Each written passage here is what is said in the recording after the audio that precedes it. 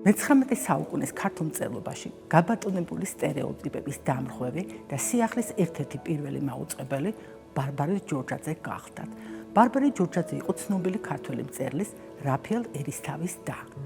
თანამედროვეთა მოგონების თანახმად ის თავის დროისთვის საკმაოდ განათლებულ ქალად ითვლებოდა. საღვთო წერილის გარდა თითქმის მთელი ვეფხისტყაოსანი ზეპირად იცოდა.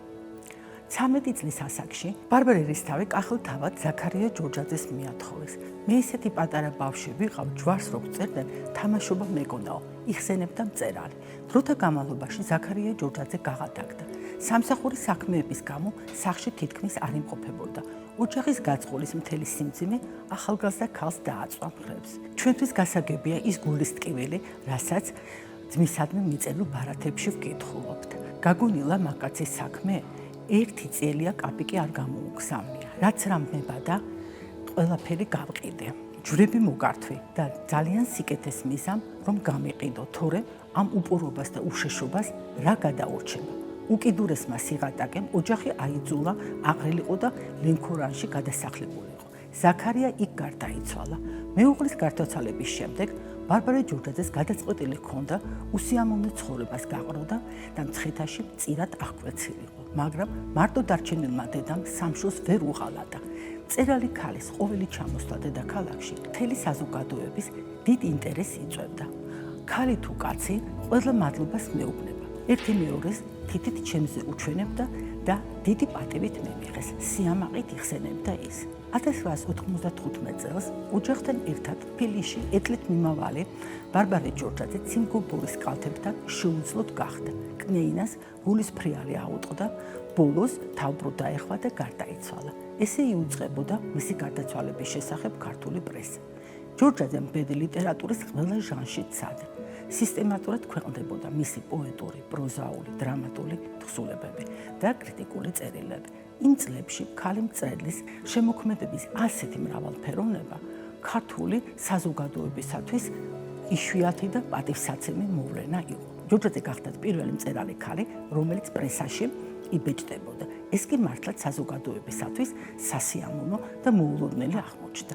ის იყო პირველი მერცხალიც, რომლის შემდეგაც ცისკარმა კარი სხვა მწერალ ქალებსაც გაუღო. საინტერესო უნდა იყოს ის ფაქტი, რომ ტრადიციების ერთგული და ზნეობის მტკიცედ დამცველი ქალბატონი ძალადობრივი ქორწინების კატეგორიული წინააღმდეგია და სიყვარულს დედაკაცის არსებობის უპირველეს აზრად და ბედნიერებად მიიჩნევს.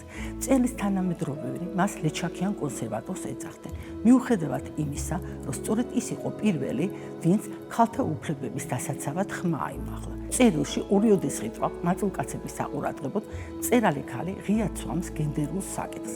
წერილები რამდენიმე აზრი ახლანდელი მდგომარეობის შესახებ და ორიოდ სიტყვა ვეფხისტყაოსნის შესახებ გვარწმუნებს საზოგადოებრივი ცხოვრების მიმართ მის ღრმა ინტერესზე. ხოლო წარმოშობა არავის ერისთავდა და მიზეზი იმათი კახეთში გადმოსახლებისა ავტორის ისტორიკოსისათვის შესაშური ოსტატობით გადმოგვცევს თავისი გვარის არავის ერისთავების ისტორიას. საყოველთაოდ ცნობილია, რომ ბარბარე ჯორჯაძე მამათა და შვილთა დაპირისპირებაშიც იღებდა მონაწილეობას და გააფთრებით იცავდა უფროსი თაობის ინტერესებს. მას ეკუთვნის სრულებით უნიკალური და იმ დროისთვის ქართული სინამდვილისათვის საკმაოდ უჩვეულო სამზარეულოს წიგნი. კულინარიის ეს უნიკალური სახელმძღვანელო ქართული ოჯახებისათვის მაგიდის წიგნად იქცა და თაობიდან თაობას გადაეცემა. ამ ნამშრომმა გადამწყვეტი როლი ითამაშა ქართული კულინარიის როგორც კულტურის ჩამოყალიბებისა და გადარჩენის საქმეში. ბარბარე ჯორჯაძეს პიროვნებიდან გამომდინარე, შეუძლებელი იყო, რომ მსგავსი აქტიობის ადამიანი ახალ ფეხადმულ ქართულ თეატრალურ ცხოვრებაში არ ჩართულიყო. საქართველოში მწერლობა ყოველთვის მეთაურობდა თეატრს. თეატრმა ქართულ მწერლობასთან ერთად ქვეყნის ჭირვარამი გაინაწილა და ხელთ იგდო ეროვნული ცხოვრების სადავეები. დამოუკიდებლობა დაკარგული საქართველოსთვის კი სწორედ სცენაზე აქცენტირდებოდა ეროვნული ენისა და ეროვნული კულტურის ამაღლების პრობლემა. ბარბარე ჯორჯაძე, როგორც დრამატურგი, გიორგი ერისთავისა და ზურაბ ანტონოვის შემდეგ ჩნდება თეატრალურ სივრცეში. საგულისხმოა, რომ მისმა პიესებმა ერისთავისა და ანტონოვის კომედიებთან ერთად, როგორც მაშინ თვლიდნენ, საკმაოდ სასტო მისცა ჩვენ ღარიბ სცენას. ჯორჯაძეს დრამატურგიული მოღვაწეობა 1862 წლიდან იწყება. მას სულ 5 პიესა აქვს დაწერილი. კომედია რას ვეძებდი და რა ვპოვე, დრამა შური, კომედია მკითხავი, ისტორიული დრამა, მშვენიერი კეკელა და ვოდევილი სარკით მოტყუება.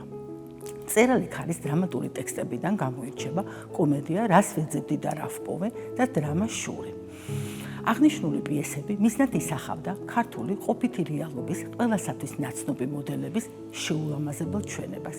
აქვე დავძემთ, რომ ეს წარმოდგენები მტკიცედ დამკვირდა ქართული თეატრის რეპერტუარში. დრამა შური სახაზინო თეატრის სცენის მოყვარეებმა დადგეს. პეტრე უმიკაშვილი ამ ფაქტს უაღრესად დიდ მნიშვნელობას ანიჭებდა. პიესამ საზოგადოებას გაახსენა ქართული სცენის საჭიროება და მიძინებისგან გამოაფხისლა იგი. შური სასიყვარულო ინტრიგის ფონზე ვითარდება. დრამაში წმინდა ადამიანური, პიროვნული ხასიათების კონფლიქტია. ავტორმა ეთიკური პრინციპი მხატვრულ პრიზმაში გადაიტანა. თავად ვახტანგ ზარიბძის ერთადერთ ქალიშვილ სოფიოსა და თავად ლევან ლაკაძეს ერთმანეთი უყვართ.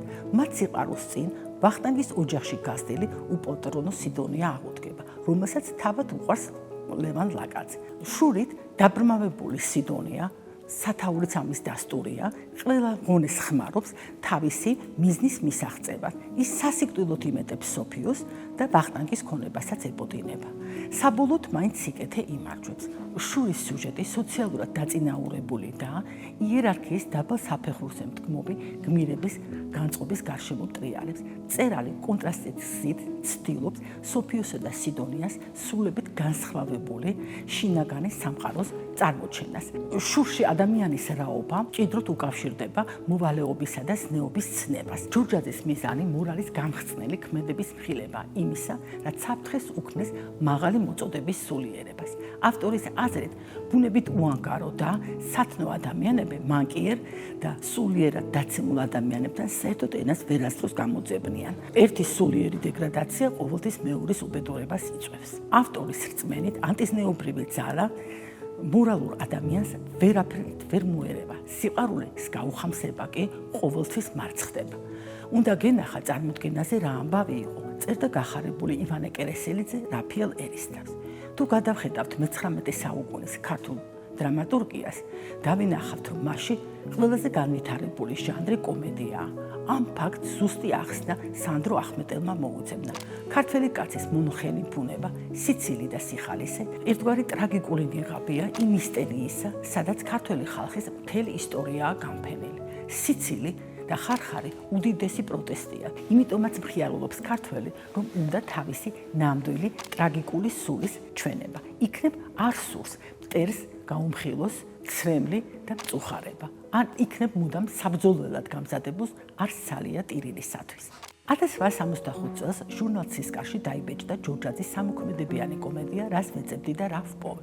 ამ კომედიით გაიხსნა 1879 წლის 5 სექტემბერს განახლებული ქართული პროფესიული თეატრის პირველი სეზონი. წარმოდგენას ქართული თეატრის მზის მობრუნება უწოდეს.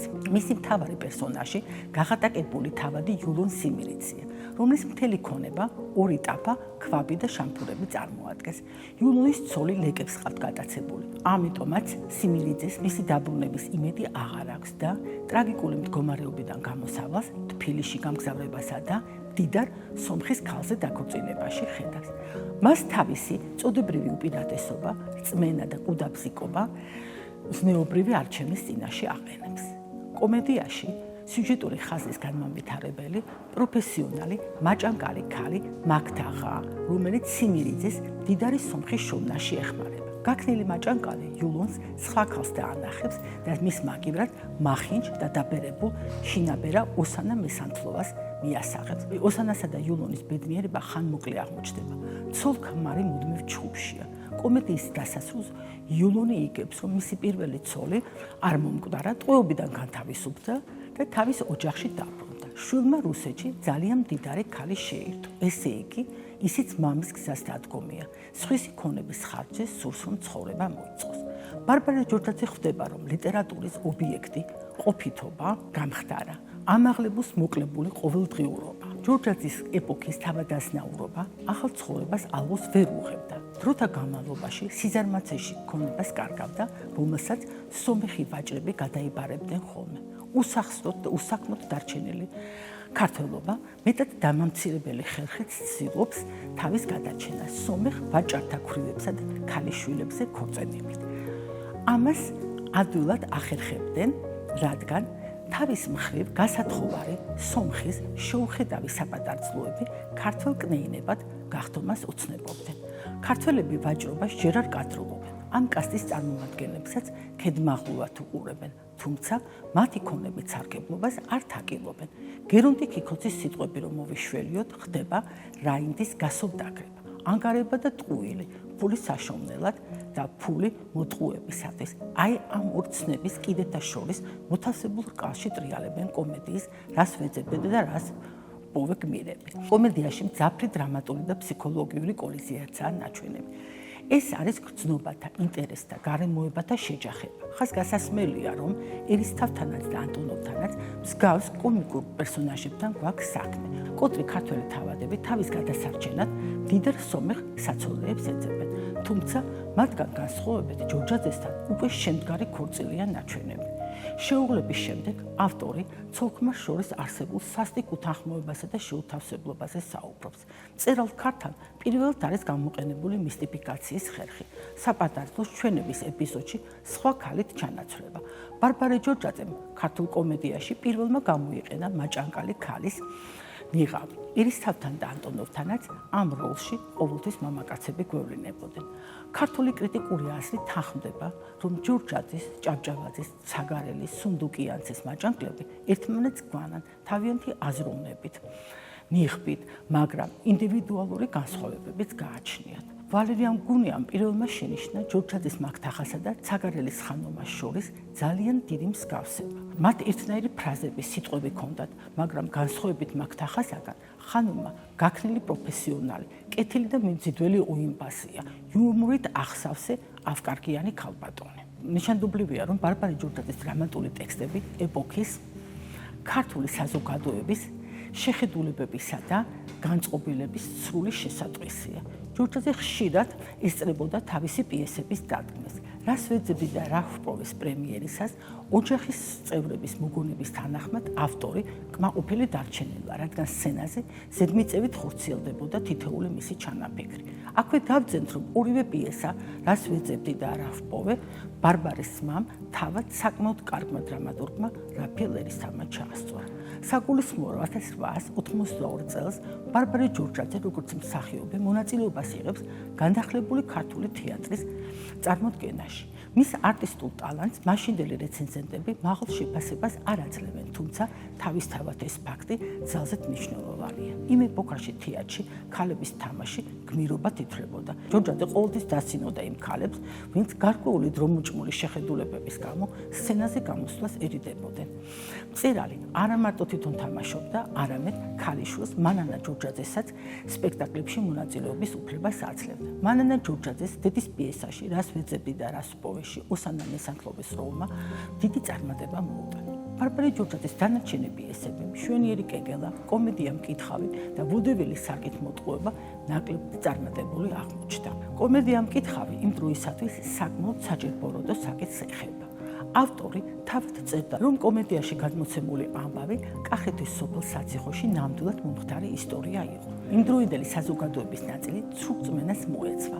მკითხავებთან და შემლოცველებთან დარბოდა. მათ ჭიჭყურის დამრიგებელსა და გულთმისანს ხედავდა.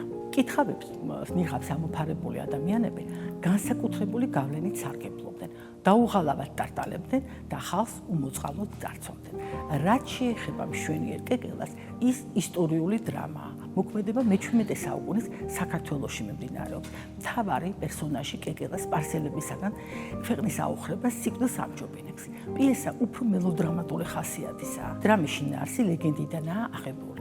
საქართველოში ხომ მსგავსი ისტორიის მქონე არაერთი ლეგენდაა შემონახული. ვოდევილის საკითხმოწყუება იმ ეპოქის ბევრი სხვა კომედიის მსგავსად ჩარჩვაჭრების ცხოვრებას ეხება.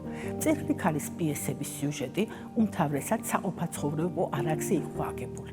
გულახდილობით და ტრაგიკული სიტუაციის კომიკური ინტერპრეტაციით გამოირჩეოდა. გვერდს ვერ აუვლით იმ ფაქტსაც, რომ ბარბარე ჯურჯაძის პიესების ენა ზოგადად დრამატული ნაწარმოებების ხასიათიდან გამომდინარე, ბევრად უფრო ახლოა ცოცხალ სასაუბრო მეტყველებასთან, ვიდრე მისი პროზა თუ პოეზია. ილია ჭავჭავაძე დარწმუნებული იყო, რომ დრამის შექმნა ყოველ სხვაგარი პოეტურ თხზულებაზე გაცილებით უფრო რთული და დასაფასებელი საქმე გახდათ. ჩვენთვის მით უფრო მნიშვნელოვანია მწერალი ქალის ამ მიმართულებით გადადგმული ნაბიჯები.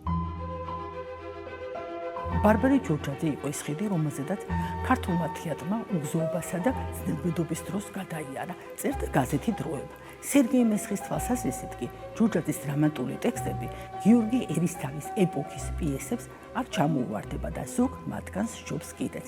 იმავე აზრისაა დავით ერისთავი. კნეინა ჯურჯაძეს მიმადლებული ჰქონდა საუცხოო დრამატული ნიჭი. ბარბარე ჯურჯაძის ცხოვრების გზა იავარდით მოფენილი არასდროს ყოფილა. ბევრი სიმწარე იწვნია, მტკიცე და შეუპალვარი ხასიათის გამო, მაგრამ უკან არასდროს დაუხევია. კრიტიკულ შენიშვნებსაც მტკივნეულად აღიქვამდა. ვერ ეგუებოდა უფროსი თაობისადმი უპატიცემულო დამოკიდებულებას და მოწინააღმდეგის მიმართ საკადრისი მკაცრი პასუხიც ყოველთვის მზად ჰქონდა. მთავარი მაინც ის არის, რომ მას ყოველთვის საკუთარი შეხედულება გააჩნდა, თუნდაც ვიღაცის აზრით შესაძლოა მცდარიც. ბარბარე ჯურჯაძე იყო ქალი, მწერალი და პიროვნება, რომელმაც თანამედროვეთა დიდი პატივისცემა დაიმსახურა.